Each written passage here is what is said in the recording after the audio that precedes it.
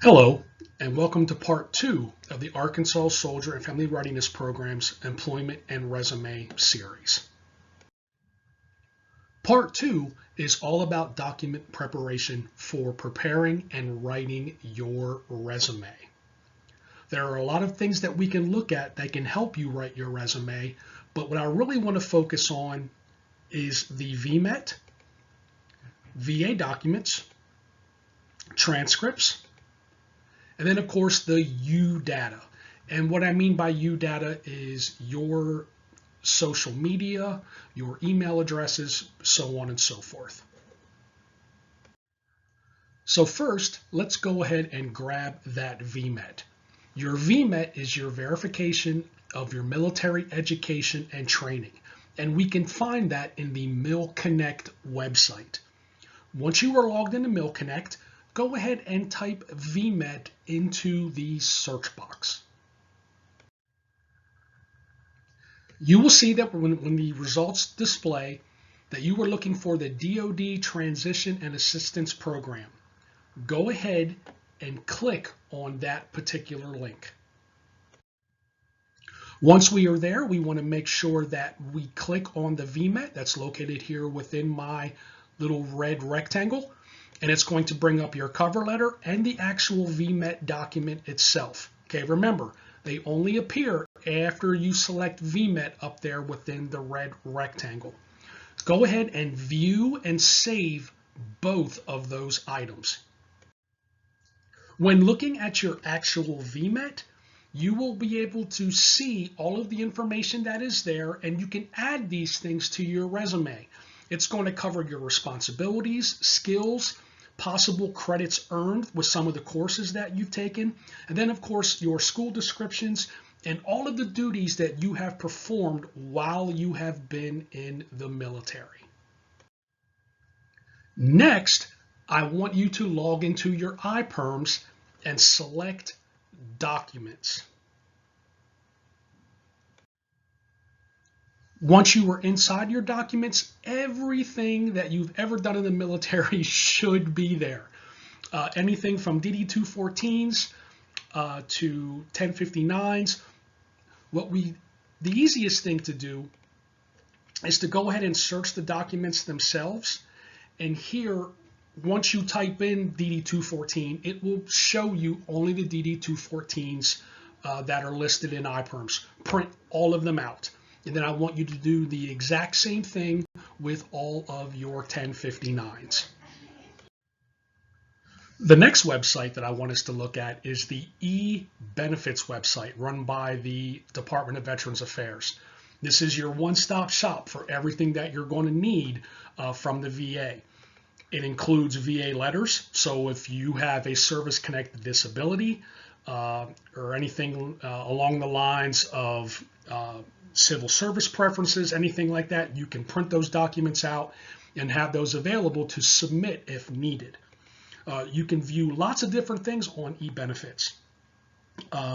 There's things on there that can help you, gain additional benefits, look at your historical claims. Say these are all things that everybody needs to be able to access. And if you're using them for preference on certain jobs, this is where you can go to view and download them.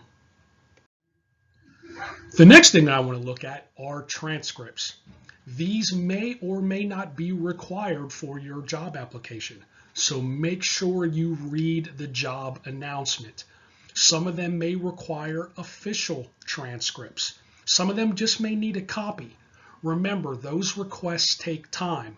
Most people will mail them to you in a sealed envelope to where you may need to attach them with your application. Most of them still use snail mail, so it may take 5 to 7 business days in order for you to get it. So please keep that in mind.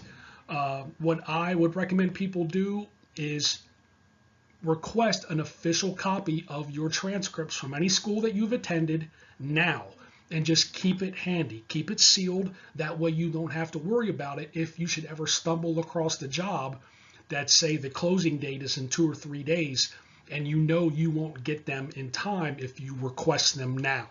So just keep them handy. and wait for if you should ever have to submit an official transcript. Also, professional certifications. Gather all of them up as necessary and make plenty of copies. If you list it on a resume, you better make sure that you actually have the certification. So I said on there, I invented the question mark. If you believe that I invented the question mark, then you better make sure that I have the documentation to prove it.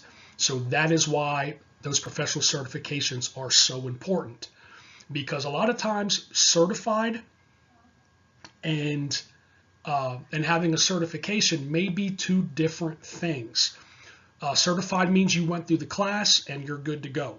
Certification means that you've been through the class and you have the documentation to prove it. So please keep those things in mind. What I recommend is when you gather your employment data is to put it into a Word document. That way you can edit it and make changes as needed as you fill in information. Make sure you're getting the company that you worked for, the people that you worked for, those to and from dates, the address of the company, supervisor contacts. Remember, you may not have talked to your supervisor for years, because ideally on every resume we want to go back at least 10 years. But if you have a general phone number or something to where your prospective employer can call your company, it will allow them to get in contact, or maybe at least get in contact with a person who may have worked with you at one time. And then finally, your U data. And this is what I mentioned earlier, your social media, having a proper email and screen name. Most people overlook that. Make sure that your email address is a professional one.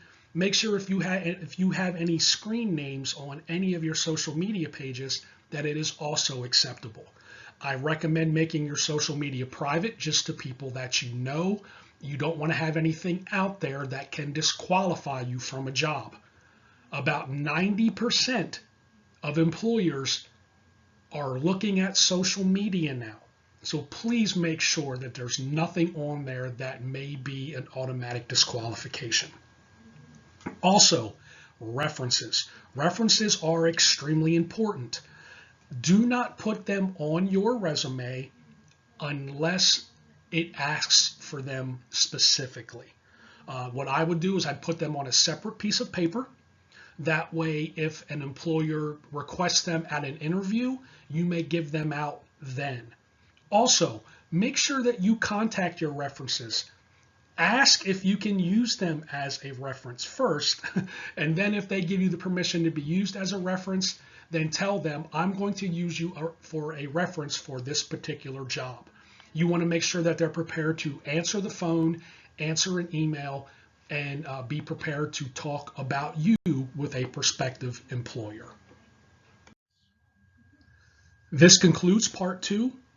Please, if you have any questions, feel free to reach out to any of the Arkansas Soldier and Family Readiness Program specialists located throughout the state. They can help you on anything that we have covered on part 2 of our 4-part program. Thank you.